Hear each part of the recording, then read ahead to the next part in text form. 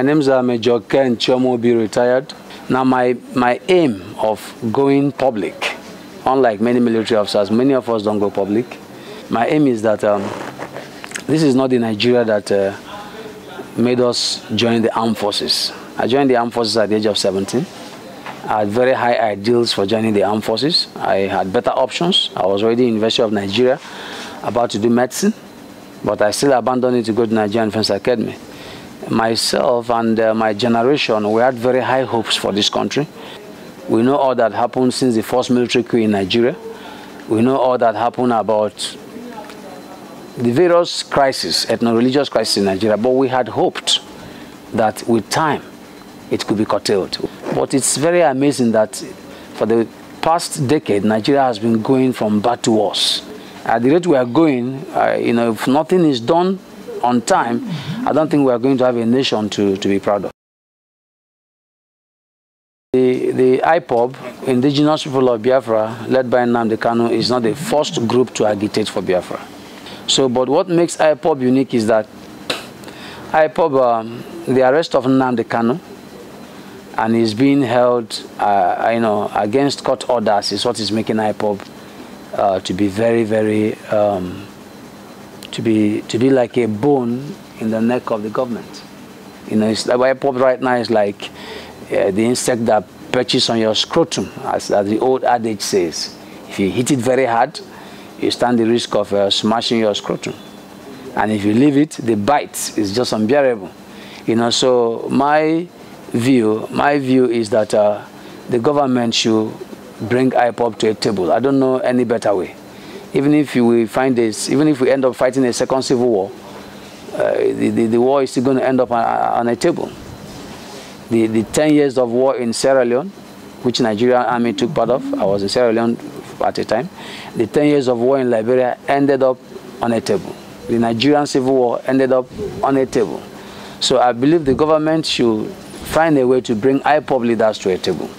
Let us see how their agitation can remain civil, remain according to the dictates of the rule of law, remain according to the norms of international law and international best practices, like other agitations in Spain, Catalonia, in UK, Scotland, in the US, California. There's so much agitation all over the world for independence. So Nigeria is not a special case. There's no big deal about any part of Nigeria wanting to have an independent country.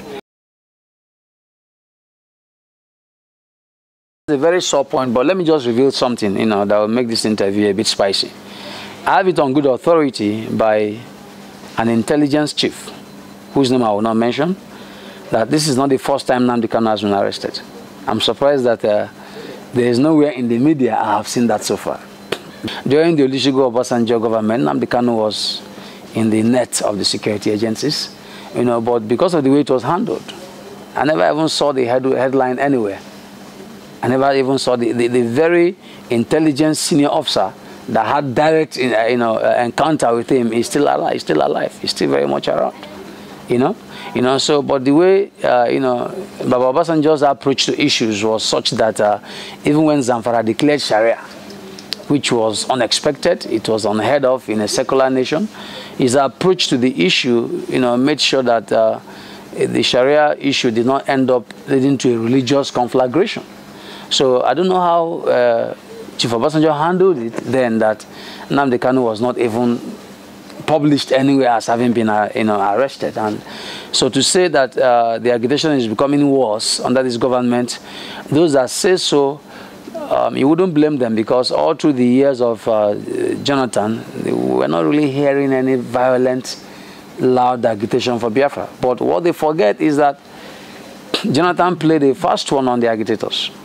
Jonathan appointed the wife of Dimo Odumegwu Ojukwu, that is Bianca Ojukwu, as senior special assistant to the president.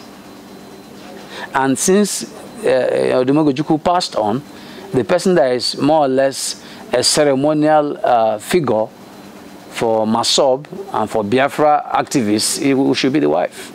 The wife inherited the full legacy and the full authority of Odumegwu Ojukwu. Now, you can imagine a situation whereby the wife was now attached to the president as a senior special assistant, why would you wouldn't get any serious upheaval from that organization, because naturally she will step them down.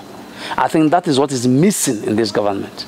So the moment Jonathan, stepped aside, and then the wife of Odumego Ojukwu was no more having any direct interface with the government, this agitation just sprang up from nowhere. That means all along it has been there. All along it has been suppressed. Chief Obasanjo handled it in a way that was deft. Jonathan literally sat on it.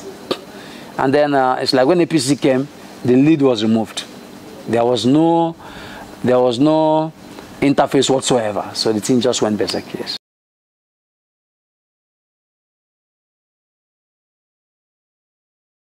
Yes, I'm saying that the Buhari's government gave this agitation fuel and fire. Whichever way other governments in the past handled it, it's not beyond this government. And let me prove it to you.